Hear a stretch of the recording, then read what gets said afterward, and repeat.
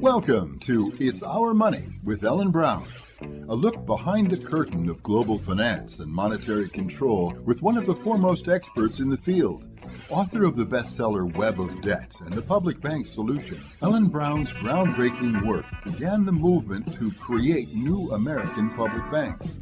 We'll look at issues surrounding the world of money and the systems and powers that control it, as well as the progress being made on the public banking frontier. The program is underwritten by Public Banking Associates, a national consultancy of experts advising government leaders pursuing the creation of their own public banks at publicbankingassociates.com.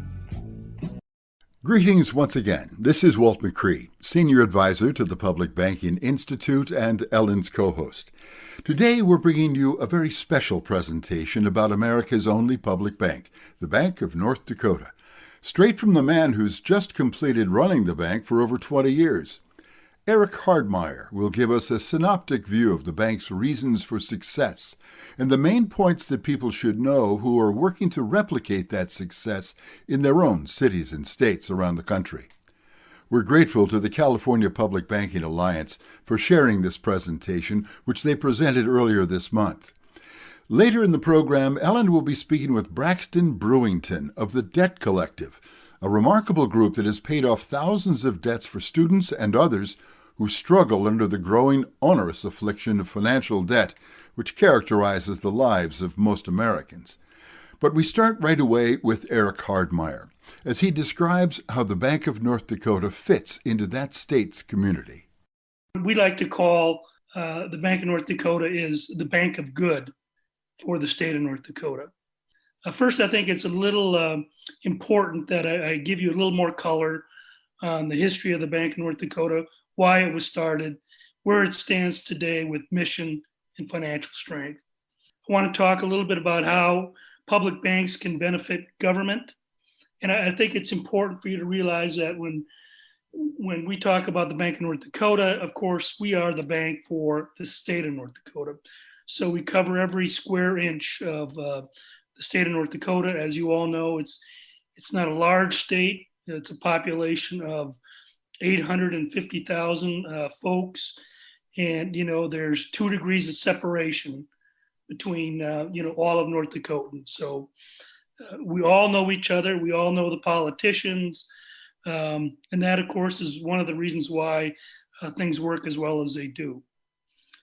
I want to talk a little bit about the way the bank is structured, a partnership approach rather than a competitor approach with the private sector, why I think that is important and why it is really a hallmark of one of the founding principles of the Bank of North Dakota, which I will get into in a bit as well. I'd like to talk about how the Bank of North Dakota is organized to solve financial problems. And I would say it isn't just problems that we're looking to solve, but opportunities. So looking forward, looking ahead, not just looking in the rearview mirror, but what's coming in front of us that we need to get out in front of and be proactive. So that's one of our mantras at the Bank of North Dakota was to be proactive, not reactive. And, if time permits, I would like to answer some frequently asked questions that I get. Every one of the states that have been talked about in terms of moving forward with public banking, I've talked to. I've been to New York several times. I've been to New Jersey. I've talked to virtually every state or state official in 30 to 40 states who have brought up this concept. So I'll just tell you that this became, part of the national consciousness, this public bank, I would say, after 2008. Of course, the Great Recession had everybody looking at the banking sector, wondering what could they possibly be thinking about. They are jeopardizing, their own institutions, their shareholders, and of course, the state of North Dakota skated by the 2008 Great Recession, and in fact, we flourished. And a lot of the credit was given to the Bank of North Dakota. I would argue that that's probably not accurate. It's erroneous. We did have, a piece in it, certainly, but we were not the primary reason that the state of North Dakota did not go through the recession. We happened to be at the time developing a very large energy play that helped us get beyond all of the issues that you saw. And secondly, I would say the other reason why we skated by is by our nature, North Dakotans are very cautious, conservative. We at the bank, although we run a progressive bank, believe in the Warren Buffett rule of management, is that if we don't understand it, we're not going to do it. So, we didn't step into the large derivative issues that other banks did. We stayed away from private label mortgage-backed securities, never wanted to jeopardize taxpayer dollars. So we completely stayed away from those issues that plagued the rest of the country. We had no bank defaults in North Dakota, zero. I think we're one of just a few states that can say that. So let me begin a little bit with a little bit of history on the bank. And I'll try to be brief, but it would be important for me to tell you that if this initiative were to start in North Dakota today, many of you probably know this, North Dakota is a very red state. And as David said, I am, proud to be get along with both parties, although the Republican Party dominates to a significant degree in the state of North Dakota. But I've always thought of myself as a centrist, able to work with both sides. So our history goes back 102 years ago, right after the First World War, right after, of course, the Spanish flu. And there was a very angry agrarian movement, a revolt, if you will, by North Dakota farmers, led by a very charismatic socialist by the name of A.C. Townley, who took it upon himself to rally, the troops. And at the time, the farming community was upset with what they felt were all of the decisions were out of our hands by out-of-state interests, including commodity prices, opportunities for financing, high interest rates. So everything was controlled by the big money center banks in New York, Chicago, Minneapolis. Of course, all the big millers and elevators were in Minneapolis, all taking advantage of North Dakotan farmers. And so this very charismatic man rallied the troops, created a new party, a new party in the state of North Dakota called the Nonpartisan League, took control of the legislature, was called the Industrial Program, which solved all of the issues the farmers had.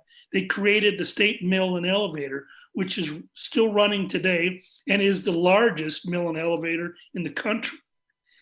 They also at the time created the Bank of North Dakota to serve North Dakotans, to help them with issues, and gave us, the founding principles.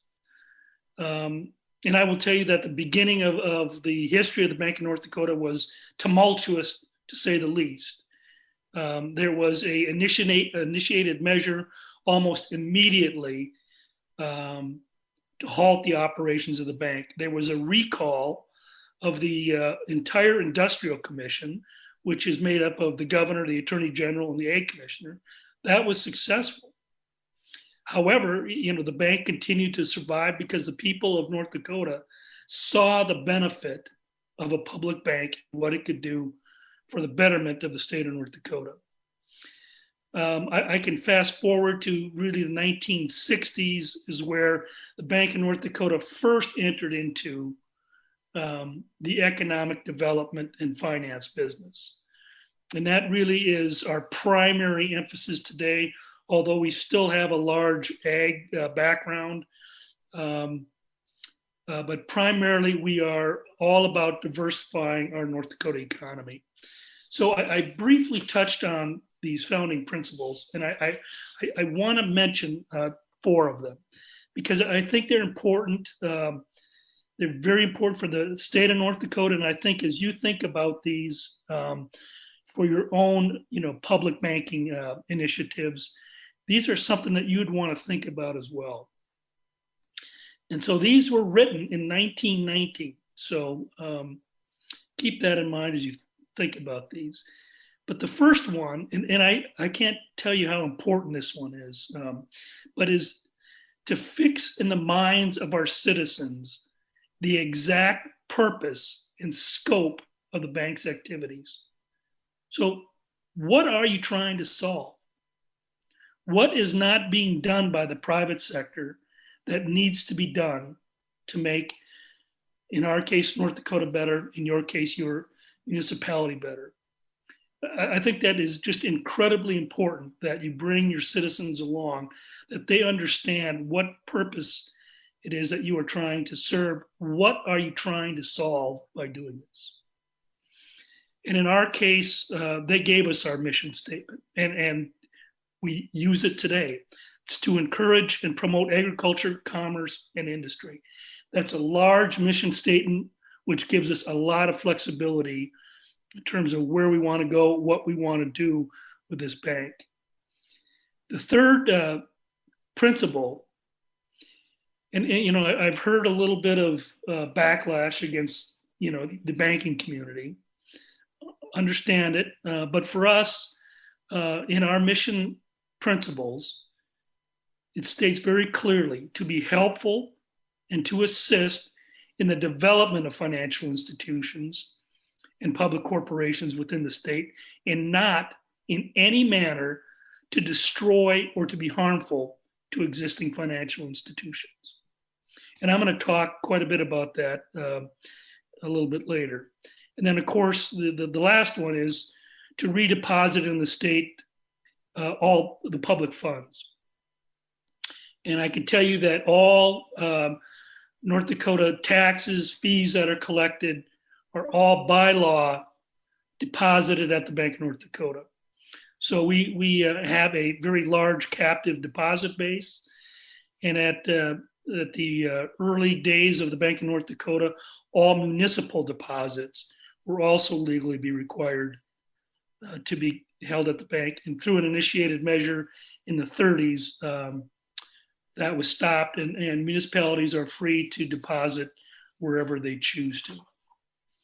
So let me continue on now with how can public banks benefit government finance? I've heard that brought up before.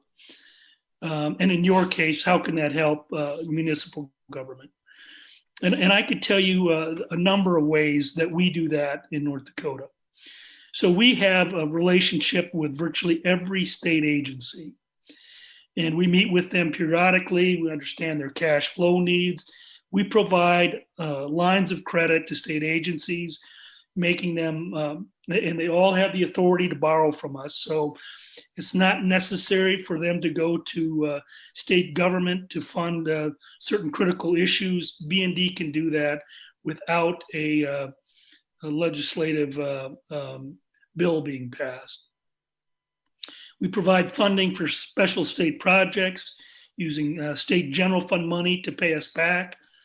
So we will make loans for, and I can tell you right now, a couple of cases where we will fund the Housing Incentive Fund and put money into the Housing Incentive Fund. The legislature will come back in 2 years and pay us back for that investment.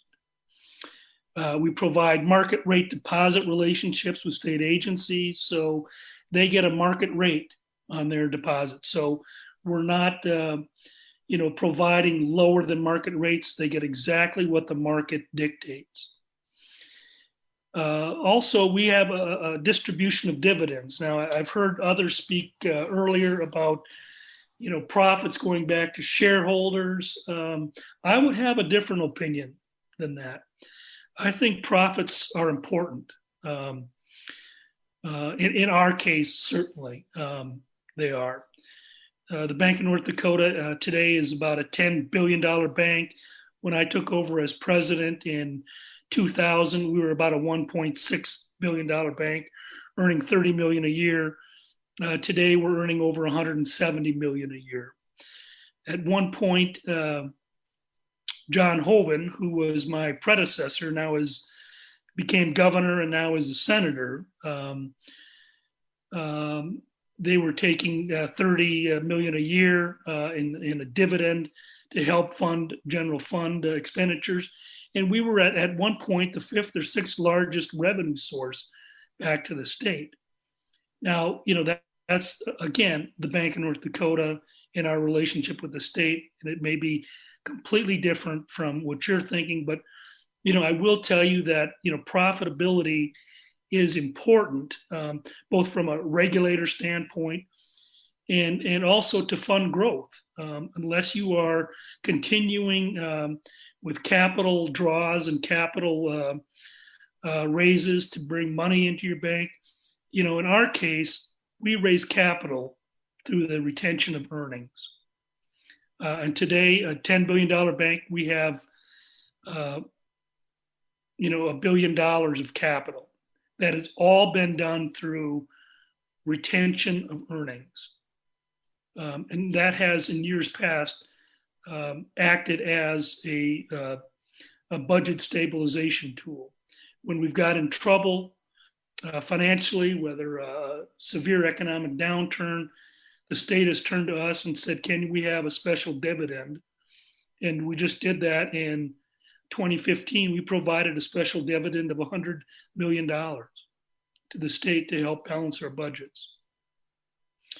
We also use our capital to develop programs that we don't want to carry on our balance sheet.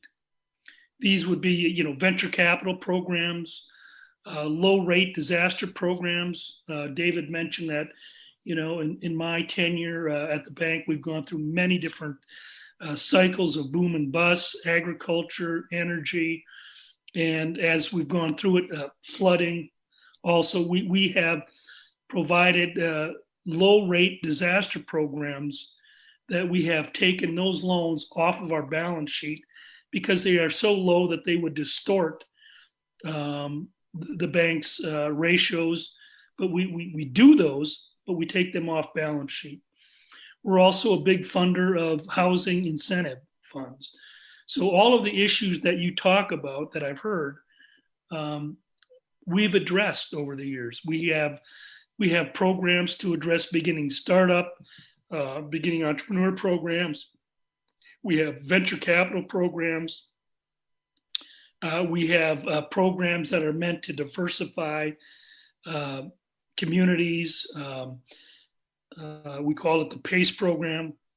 It's a partnership in assisting community enhancement. And so we use the state buy down and we match that with a local buy down, and we buy the interest rate down on a loan to a business that is helping to diversify and create jobs. And we will reduce that interest rate down from a market rate of, say, 3 or 4 down to 1, for example. We are a bank that, instead of backing away from a crisis, we run to the crisis. Because we believe that is what makes us different. That is what makes the bank different from the private sector. They have shareholders to protect. We believe that it is our mission to help the state go forward. And sometimes that means you've got to jump into the crisis. You've got to be the firefighter going up the ladder, not running away. And so that's how I've always thought about the bank. And I know that's how future leaders will think about the bank. And I'm going to give you an example of that. They've talked a little bit about the energy boom and bust cycles in North Dakota. Prior to 2008, North Dakota was the 9th or 10th oil producer in the nation. They discovered how to frack oil, and I understand that, I may be coming from a different viewpoint than you on fossil fuels, but it is an important part of our economy. But we've gone through several boom and bust cycles of oil, starting in the 50s, a second one in the 70s and 80s, and a third one, of course, now in 2008. But the one in 1970 and the bust in the early 80s created havoc in Western North Dakota. It happened. The bust happened so quickly. It left cities bankrupt. It left many empty buildings, storefronts, cities with large debt obligations that it took years of restructuring to pay back. And so when the oil boom again started in 2008, 2009, what we saw was private sector banks absolutely scared to death of lending back into, this big boom cycle. They had been burned on real estate. They had been burned on housing projects, retail, you name it. It was a debacle. But we recognized at the state and at the bank that this oil play in 2008, 2009 was different. It was using different technology. Certainly the demand was there. And this thing then vaulted the bank, or the state of North Dakota, from the 8th or 9th largest producer to the second, only behind Texas. And developing somewhere around 1.5 million barrels a day. Now I understand that New Mexico has moved up to the second slot. North Dakota is number 3. But anyway, what we found is that those banks that were so afraid to lend was holding back, the economic development of the region, was holding back the development because there just simply wasn't housing. And there wasn't, the financial institutions willing to come forward. And so, I went up along with other state officials, met with the banks, met with the city, and said, how can we help? This is a time where we are being called on to do something special. We have an extraordinary event occurring in the state. We've got an extraordinary bank. Let's do something extraordinary. So that's what we did. We came in and we said, all right, we're going to help you banks. We're going to take a big chunk of that risk off of your balance sheet. We're going to come in and participate in the loans that you make, but we will buy 80 to 90% of that loan. You get to keep the relationship with the borrower. You sell us the risk, we'll carry it. We did the same thing with a city of Williston that was really struggling issuing bonds. Their bond rating had just simply gone to hell because of all the problems from 15, 20 years ago. So the Bank of North Dakota came in and provided a letter of credit to that bond issue, allowing them to sell bonds to do needed infrastructure that they would not have been able to do economically had we not used a letter of credit to dramatically drive down the price of that bond issue. So those are a couple of examples of how the Bank of North Dakota was helpful. I do want to talk a little bit about the approach that we have to lending, and that is a partnership approach versus a competitive approach with respect to the private sector financial institutions. And it's important for me to talk just a little bit about the structure of the bank. And this may be an interesting concept for you, but the Bank of North Dakota is really set up as a banker's bank. We have very few direct to consumer products, with a few notable exceptions of student loans, ag real estate, and some bank stock loans. This approach really allows the continuation of the borrower relationship with their principal bank. And that bank then uses our special programs. I've mentioned a beginning entrepreneur program. I've mentioned the PACE program, the match program. There's a myriad of programs that we have that touches each part of our economy. And so those banks originate the deal. They use the Bank of North Dakota. We come in, we participate with them in the loan. The borrower continues to work with their local lender. But the big benefit, of course, in all of this is leverage.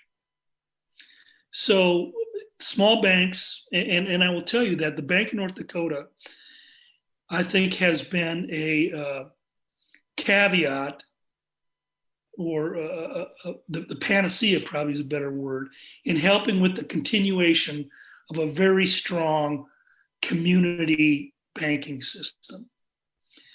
Those small banks, and they range in size from 100 million to the Wells Fargos are here. But the smaller banks are able to operate at a size of the Bank of North Dakota. They can make a loan to a borrower where they might have a lending limit, a legal lending limit of $5 million. They can use our lending capacity, which is upwards of 150 million, and combine those to assist their borrower and keep their borrower, instead of them having to leave and go to the next bigger bank, go to the Wells, go to the JP Morgans. They can keep them because they have the size and capacity with the bank. And so that leads to a very healthy banking environment in the state. And we believe that has been really one of the most important things that we've done at the Bank of North Dakota, is to continue to facilitate and strengthen those ties between those community banks and the Bank of North Dakota. It's a win-win. We get to use their documentation.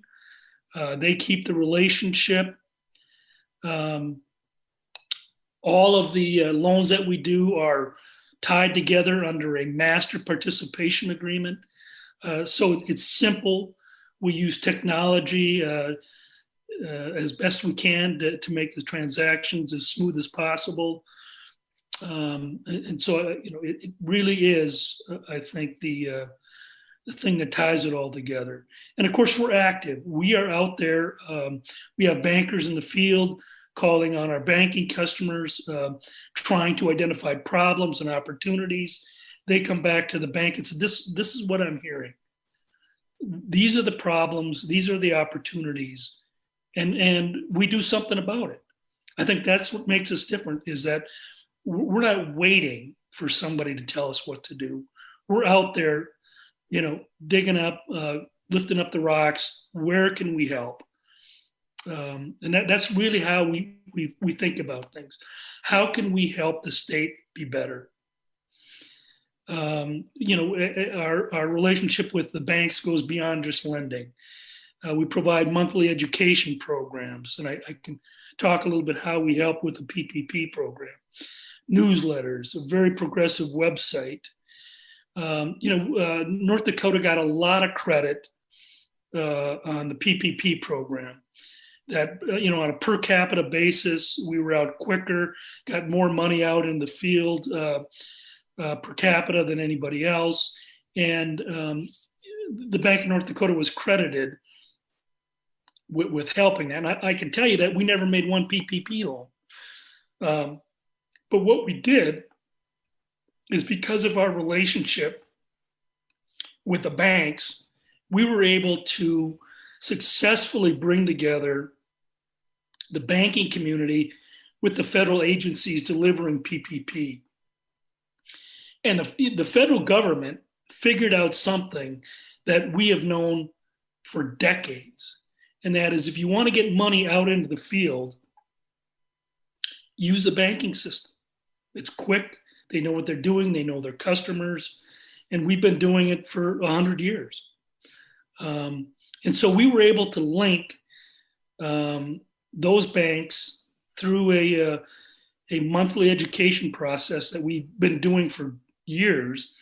And we simply got SBA, FEMA, and all of the banks, on the same page very quickly. We had upwards of 600 participants in these calls. And so we quickly, North Dakota quickly came to the forefront. And I will just tell you that, as we looked at, the COVID response from the federal government, we at the bank actually were criticized a little bit in that we didn't come out with a program prior to PPP, because typically we've come out with disaster programs to help. But it has been my experience and our experience that when these types of disasters happen, and of course, nobody had ever seen anything like, this COVID issue, but we in the state have seen, disasters come and go, whether they're flooding in Minot, Fargo, ag disasters. So we had a blueprint on how this should work. And what we did is we sat back and said, where are the gaps? Who's missing out on PPP? What businesses are not being advantaged by the PPP? And so we took our time, we went back out to the businesses and said, okay, here's the PPP program. What are you not getting? And they said, well, this is all great. This is all money to help us bring back our employees, but we need money for working capital going forward. So the Bank of North Dakota drafted its own program that was meant to supplement PPP, not replace it. We find no interest in doing any of that. Why would we replace or compete with federal government programs? That makes no sense. Their pockets are bigger, deeper. And when you looked at PPP, there was the ability to forgive the loans. I will say one more thing about, I was asked to talk about student loans. And I'll just make a quick little pitch there. The Bank of North Dakota was actually the first bank in the nation to make a federally subsidized student loan.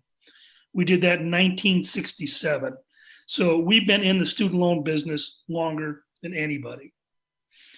We were the first bank to do a total refinance of all student loans. We beat SoFi to that. So in North Dakota, if you are a North Dakota resident, you can package all of your student loan debt under one loan that the Bank of North Dakota will make at lower than market-driven rates. So it's a great retention tool. It's a great thing for our North Dakotans. And when COVID came along, student loan borrowers were hurting. We lowered the interest rate even further for them. So, we just have a lot of ability to make a difference every day for our North Dakotans. You've been listening to Eric Hardmeyer, former CEO of the Bank of North Dakota, taken from a presentation he did for the California Public Banking Alliance.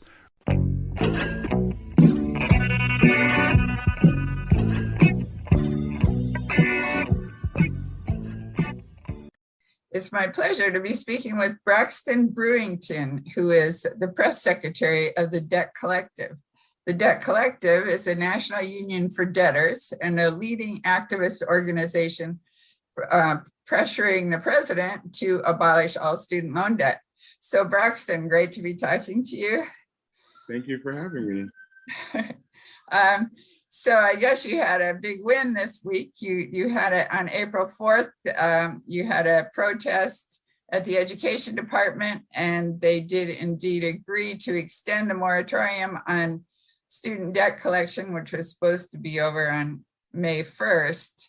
But I know you're looking for more than that. So do you want to tell us about your protests and how you pulled this off and what you really want?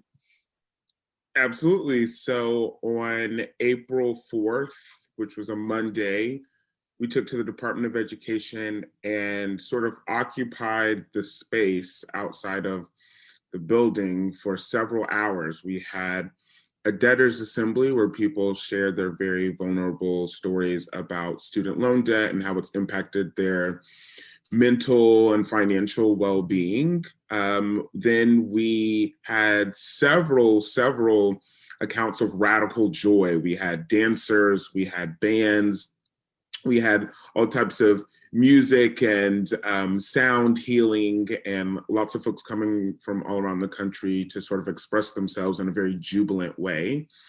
And then we marched around the Department of Education, sort of in the style of, sort of biblical style of marching around the walls of Jericho. We had vuvuzelas where we blew horns, the sound of the Jubilee until the walls collapsed, and they did. We won an extension to the pause just for a few more months, but of course we're fighting for full student debt cancellation, so we've got more work to do. But for now, borrowers have absolutely saved billions of dollars, and they've been able to keep billions of dollars in their pockets for a few more months, which is worth celebrating.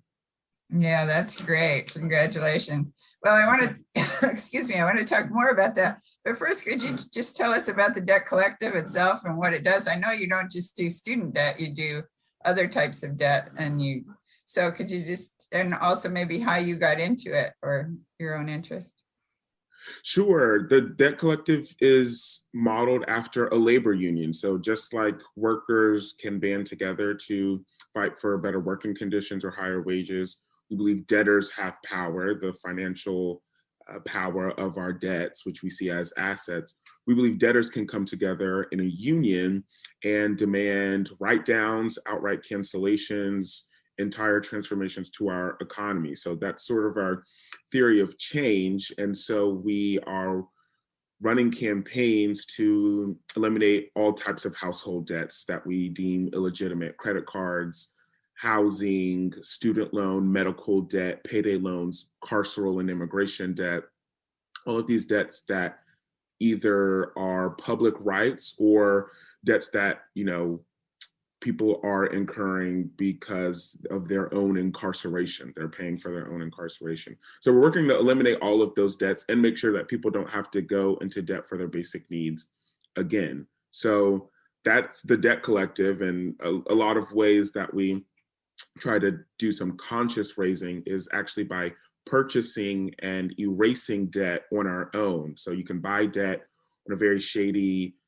market where buyers and sellers sell debt for pennies on the dollar. So we've actually bought tens of millions of dollars worth of debt for a very, very cheap amount, maybe 2 or 3% of that, and erased it in an act of solidarity with student debtors, credit card debt holders, probation debt, bail debt. We've erased it in solidarity with particularly the rise of the pandemic, which has exacerbated a lot of economic crises for various people. So, we also buy and erase debt in a way to help people and to expose the phony morality of debt, to show that this is extremely cheap, right? It doesn't cost very much. It isn't worth very much, and to show and to ask the question of who owes what to whom. It sort of really makes people think, well, wait a minute, if my debts are sold on a market for very cheap, then why do I have to pay them? So that's a bit about what the Debt Collective does. But right now, one of our biggest fights is student debt. Yeah, that's great. And I know you do, obviously, collective is the best way to do it. I mean, clearly it has more impact than anything else. But I know you do help people individually as well, right? To different forms and things. I mean, maybe you could just mention that for somebody that might be. Yeah, we have several folks that come from all walks of life across the United States and other countries as well. People who have actually don't have debt, or who maybe have never been in debt, and people who have hundreds of thousands of dollars worth of debt, or people who are working to get it canceled: librarians, social workers, teachers, professors, current students, people who dropped out because they couldn't afford to finish college, We also partner with a lot of other labor unions and teachers unions and really try to put the collective in the debt collective. And, we also are fighting for, debt abolition. One of the things we say all the time is we don't use the term forgiveness because we have nothing to be sorry for. We're fighting for abolition. And so we, are also working pretty tough with other organizations, especially in California. That's where some of our presence is, on working to eliminate carceral debt, the criminal punishment system, erasing prisons and harsh policing and work like that.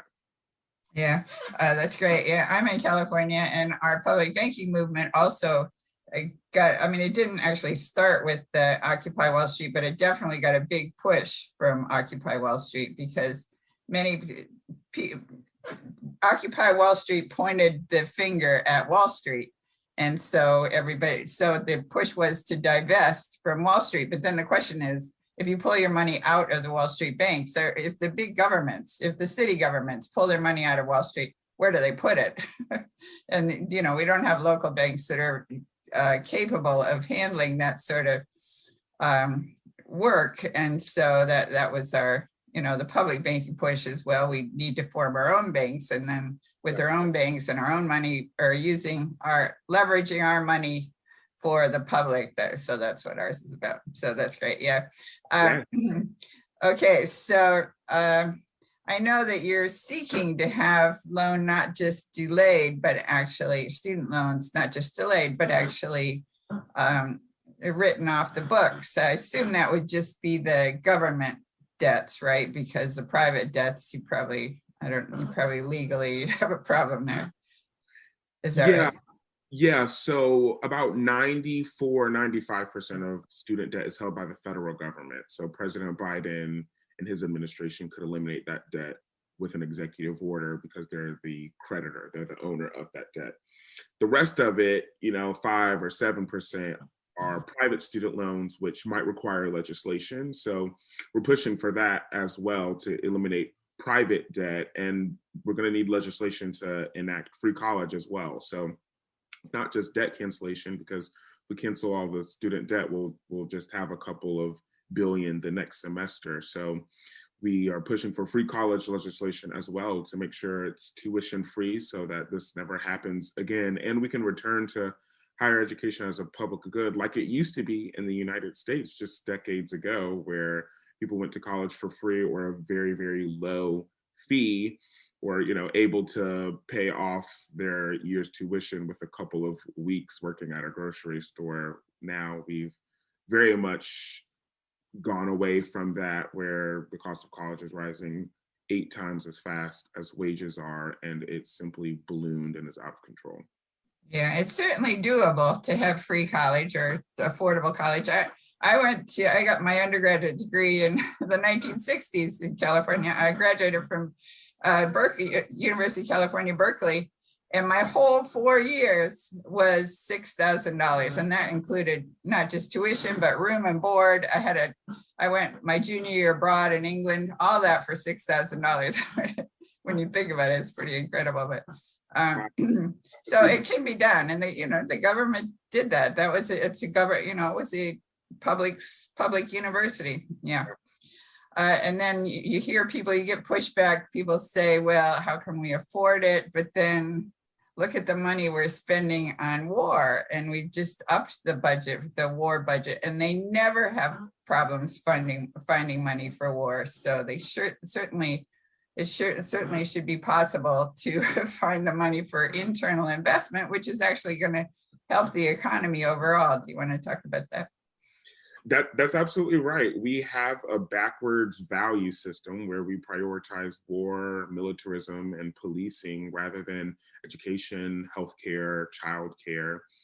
We spend money on education, but we call them loans when we could call them grants, right? So we could simply turn the loans into grants and say, this is money that we're giving you so that you can have education, but instead we make it a for-profit system where we commodify education and sentence individuals to a debt sentence based on whether they are a woman or Black or brown, or simply don't come from a wealthy family or are a legacy admission. So we have the money, it's there. We spend it on things that we shouldn't, and we spend it in ways that we shouldn't, but it's not about, you know, whether we have the money, it's about whether we have the will. And right now we don't, but we're working to build it. Yeah, that's great. One possibility, I don't know if this would be suit you, but you know, you could just forgive the debt or the interest, you know, and you say, well, okay, right, that, you know, you should pay it back, but pay it back in the future. If you eliminate the interest, you probably eliminated half the debt. I think your experience was something like that, right? The thing that's so complicated is the Department of Education wouldn't be able to likely cancel the interest separate from the principal if they could, because of interest capitalization and other forms where the interest has actually added on to the principal because people missed payments and were essentially punished for not being able to pay. So we have people paying interest on interest. So we actually wouldn't be able to sort of separate interest from the principal. It would just get too clunky. The Department of Education doesn't have all of that data. And so we've sort of gone through all of these piecemeal approaches of, can we cancel student debt for people who paid for 20 years? What about folks who did public service loan forgiveness for 120 months or 10 years? What about people who maybe went to a closed school, have a closed school discharge? And we've tried to means test all of these ways to cancel debt and to make it a little bit more acceptable for people, but all of those programs fail every time by design. So that's why we're saying just cancel it all. Yeah. And what about for private student debt? Can you do that, or is there pushback on that? I guess you have gotten the moratorium on private debt. Is that correct? No, No. There's no moratorium for private student loans. Okay. And also for FFEL loans, those are the certain types of loans that existed before the federal government took over the lending service. Those loans, which are public loans, aren't included in the moratorium either. So another point of criticism for the Biden administration is their student loan moratorium isn't actually any more progressive than the Trump administration. They're sort of just extending a Trump era policy. So we could go there's lots of in-betweens between full student debt cancellation and a Trump era policy. And so far the Biden administration hasn't done too much.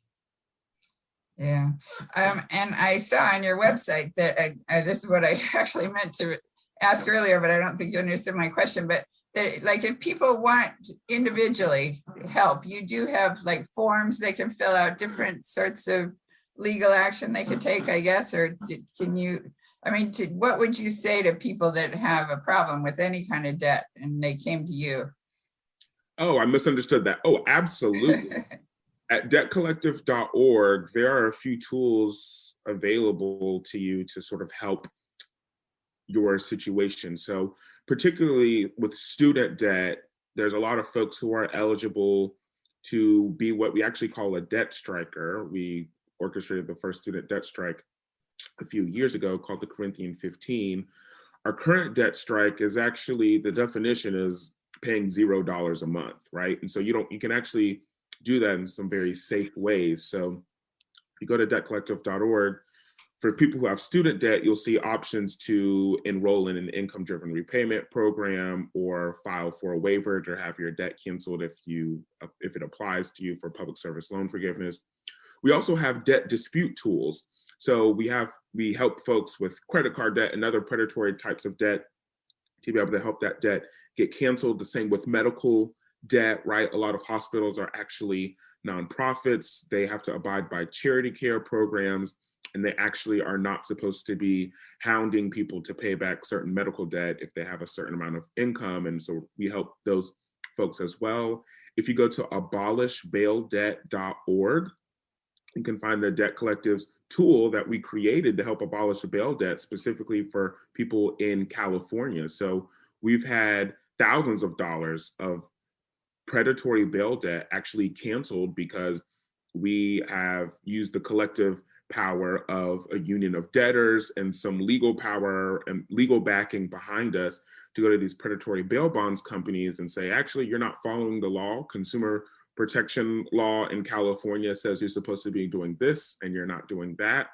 Or you are giving predatory phone calls, you're knocking on people's door, things that they're not supposed to be doing. We've had tens of thousands of dollars of bail debt canceled through the Abolish Bail Debt tool, which does at the current moment only apply to folks in California. So there's a lot of tools available. We're working on some housing tools that will work across the nation as people are getting evicted. So it's not just student loan debt, it's all types of services that are available to you. And that's the purpose of a debtors union. It's to push for debt abolition, but it's also in a variety of ways, but it's also to sort of transform the economy and how people can sort of think about who owes what to whom. Oh, that's great. And I'm fascinated by this idea that you can buy up debt for pennies on the dollar. Now, obviously, individuals can't do that. I mean, I assume who is that who does it and who's selling it? I'm just wondering. I mean, we're always trying to figure out. Obviously, we need a debt jubilee. I mean, it's just the nature of the boom and bust cycles that you going, well, Michael Hudson's written about this, that going all the way back to the Sumerians, and the Babylonians, that the kings figured out that they needed the workers to work and they didn't want them to be in debtors prison. So they said, everybody go back to your plots of land. It's a level playing field. We're back to zero. We're going to start all over again. But we can't do that now because the debts are private, and you're going to run into all kinds of legal issues, like the banks will go bankrupt or whatever. So what is your rolling Jubilee program? Yeah, you're exactly right. Debt cancellation has been around as long as debt has. It's quite biblical, actually, to have a Jubilee and to erase these debts. I think we tried to conjure that sort of feelings at our action just a couple of days ago. So the Rolling Jubilee is actually a sort of a sister organization of the Debt Collective. We work in tandem. We're sort of similar, sort of different legal entities, but it's all basically the same, in which we, again, purchase debts on the secondary market. It's very shady. We can't sort of pinpoint, I can't buy Ellen's debt. I can't search medical debt and just sort of click around and find who I want to. It's actually it's a really shady market of this sort of stereotypical person in the basement who's profiting off of people's pain, and sort of this incredibly lucrative industry. And a lot of folks actually don't want to sell their debt to the Debt Collective because they know that we're actually challenging their industry and their ideology. So it's actually can be sometimes difficult to purchase debt. We don't actually want to we started the Rolling Jubilee in 2012. We put it in hibernation in 2015. We've since revived it in 2020 due to the wake of the pandemic. The reason why we put it in hibernation is because the purchasing and erasing of debts isn't completely sustainable, right? Those are debts that are already in collection, and we don't want to just hand over money to this predatory industry when we should work to eliminate it from the root. So that's why we're canceling debt in an act of solidarity. There's real people that need help, and that we are able to extend help to in a form of solidarity. But that's not all that we do, and that's not going to be the solution, right? We don't want people to go into debt in the first place. So that's a little bit about how the debt buying works, and we've been able to use it to help thousands of people across the United States, but there's simply too much debt to buy. And also, we shouldn't be the sole people doing this. The federal government should be doing it. The federal government could erase medical debt right now if they were to just enforce some of the laws that are already on the books. So it shouldn't be up to the Debt Collective, a group of Occupy Wall Street activists who just care about people, to administer a Jubilee across the country, which is why we're pairing our debt cancellation work with our fight against the federal government or whoever the creditor of a particular debt may be, to sort of eliminate it from the root and make sure this doesn't happen again. Yeah, that's great. And I've seen you've gotten pushback on, well, the pandemic is over, and so now people can go back to work, and so they should be able to pay their student debt. But that absolutely is not true. I mean, right now, things are probably worse in many ways than they were maybe a year ago, because you've got interest rates are going up, and 200,000 businesses closed down during 2020 alone, and they're not back on their feet necessarily. So anyway, trying to mention that. Yeah, people are still struggling from the pandemic, which exacerbated so many other crises that were already existing, like racism and wage gaps and all of these other inequities. But it's important to remember student debt was a crisis before the pandemic. We were pushing for student debt cancellation literally a decade ago, in 2012, when we marched on 1T Day, when student debt hit $1 trillion, and it was burdening communities and families back then. So one, we're still definitely in a pandemic, and I think are maybe experiencing or cautiously awaiting another surge, depending on whenever another variant comes through. But despite that sort of feeling of maybe folks are vaccinated and things are feeling a bit safer, that doesn't change where the crisis was before the pandemic, which was people having their Social Security checks garnished, people having their licenses taken, and people suffering all types of consequences because they went into default. And the sort of crushing mental aspect where people are willing to sell their belongings or hurt themselves or take their own lives because of the mental aspect of being in debt, which we know was started as a tool of oppression meant to, hold back Native Americans. And we go back towards biblical times where it was used as a means of dispossession of land and all these other sorts of forms of social control. So, this predates COVID, but COVID has definitely made things worse. Okay, great. Well, it's been great talking to you, Braxton. And your website is debtcollective.com or .org? Debtcollective.org. Okay, it's great talking to you. I've been speaking with Braxton Brewington, press secretary of the Debt Collective, which is at debtcollective.org. Thank you very much. So glad to be here. Thanks. Well, that's it for this edition of It's Our Money with Ellen Brown. Our thanks to our guests, our sponsor, Public Banking Associates, and to you for listening. Be sure to check out Ellen's latest writings on the economy and the changing world of money by visiting ellenbrown.com. And for more information on public banking, visit publicbankinginstitute.org. For information on how local and state government leaders can obtain professional insight and counsel about public banks from key national experts, visit publicbankingassociates.com. I'm Walt McCree. See you next time on It's Our Money with Ellen Brown.